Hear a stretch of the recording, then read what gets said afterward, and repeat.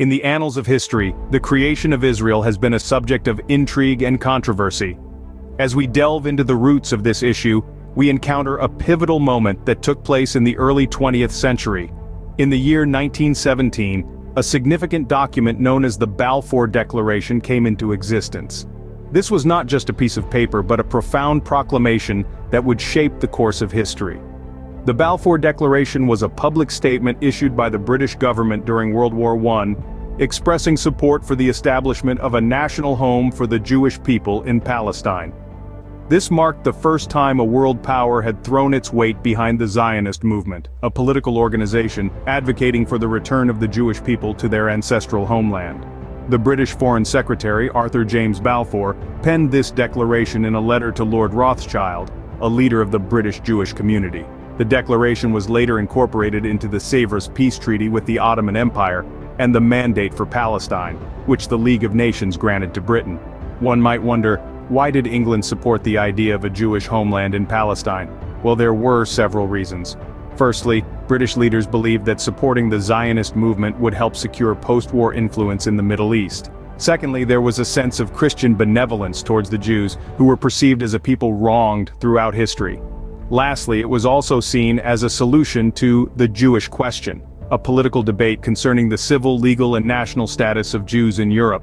However, this promise of a Jewish homeland was made without any consultation with the indigenous Arab population of Palestine, the majority of whom were Muslims, with a significant Christian minority. This oversight, or perhaps intentional disregard, sowed the seeds of a long-standing conflict that continues to this day. Thus, with a single document, the seed of a new nation was planted in the heartlands of Palestine. As the embers of the Second World War were extinguished, a massive shift was underway. The world bore witness to a wave of Jewish immigrants seeking refuge in Palestine, a place they considered their ancestral homeland. This migration was not a spontaneous phenomenon. It was, in fact, facilitated by the British Mandate, an administrative order that held sway over the region since the end of the First World War. The Holocaust had left an indelible scar on the Jewish community. 6 million lives were lost, and those who survived were left homeless and stateless. The world, reeling from the horrors of the war and the Holocaust, felt a moral obligation to provide a sanctuary for the Jewish people. Palestine, under the British Mandate, seemed like the logical choice. Now, the British had a complex relationship with this region. While they had promised a national home for the Jewish people in the Balfour Declaration of 1917, they had also assured the Arabs that they would have their own independent states. Balancing these conflicting promises was a tightrope act, and by the end of World War II, the British were ready to hand over the problem to the United Nations. Enter the United Nations, the newly formed international body, eager to solve the world's problems. In 1947, the UN proposed a partition plan.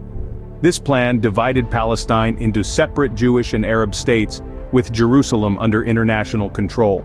The Jewish Agency, representing the Jewish inhabitants of Palestine, accepted the plan. But the Arab states and the Palestinian Arabs rejected it, seeing it as a betrayal of their rights. In the wake of the atrocities of World War II, a new nation was carved out of the map, forever altering the Middle Eastern landscape. In the shadow of the newly formed Israel, a crisis was brewing. A crisis that would reverberate through the decades, etching deep lines of sorrow and strife into the face of the Middle East. This was the Nakba, the catastrophe, as it is known in Arabic.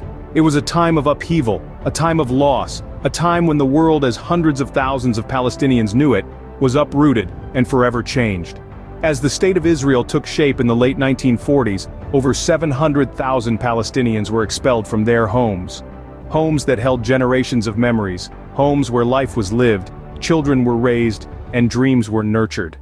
These homes would soon become mere echo chambers of what once was, as their occupants were driven out, forced to seek refuge elsewhere. These displaced Palestinians found themselves scattered across the region, in refugee camps in the West Bank, Gaza Strip, and neighboring Arab countries. Stripped of their homes, their sense of belonging, they were left to grapple with a new reality, a reality of uncertainty, of longing, of loss. This displacement, this exodus, was not merely a byproduct of the creation of Israel. It was a deliberate and systematic campaign of ethnic cleansing, a campaign designed to clear the land for the new Jewish state. It was a campaign that left deep scars, scars that have yet to heal, scars that continue to fuel the flames of conflict to this day. The birth of a nation came at a steep cost, a cost borne by the Palestinians who once called these lands their home. From the ashes of displacement, a conflict was ignited, one that continues to smolder to this day. In the heart of this turmoil, we find Gaza and the West Bank, territories embroiled in a battle for identity and survival.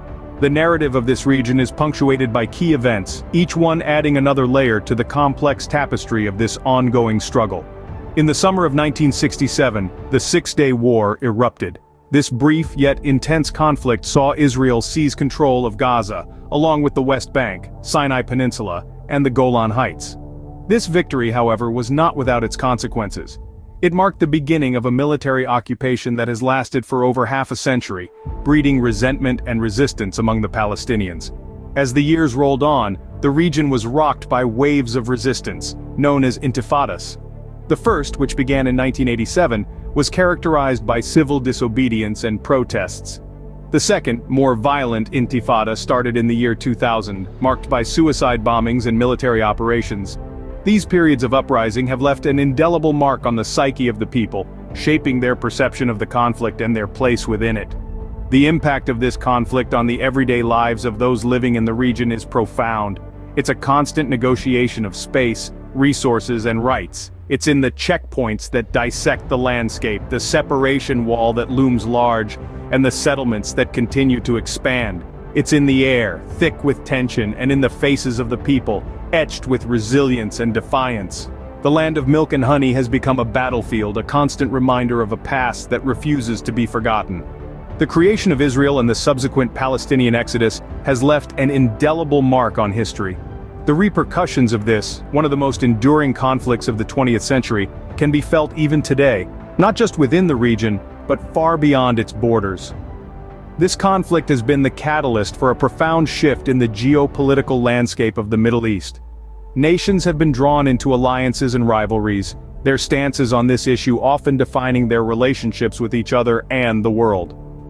This has resulted in a complex web of diplomatic relations, where every action and reaction can have a ripple effect across the region and beyond. The Israel-Palestine issue has also been at the heart of many international debates, shaping policies and influencing decisions. It has been a litmus test for human rights, a constant reminder of the struggle between the rights of a nation to exist and the rights of a people to their homeland. The international community has grappled with this issue, attempting to strike a balance between these two seemingly irreconcilable rights.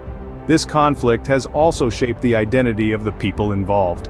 For Israelis, it has been about the establishment and survival of a Jewish state after the horrors of the Holocaust. For Palestinians, it has been about displacement, about being refugees in their own land. These narratives have been passed down generations, keeping the memory of the conflict alive and often fueling its continuation. This conflict has also served as a grim reminder of the consequences of war and displacement. It has underscored the importance of dialogue, negotiation, and mutual respect in resolving disputes. It has shown us that forced displacement of people can lead to lasting discord and sow the seeds of future conflict. The echoes of this conflict continue to reverberate around the globe, a testament to a history fraught with pain and strife. As we look towards the future, it is essential that we remember this past, not to perpetuate the conflict, but to prevent history from repeating itself.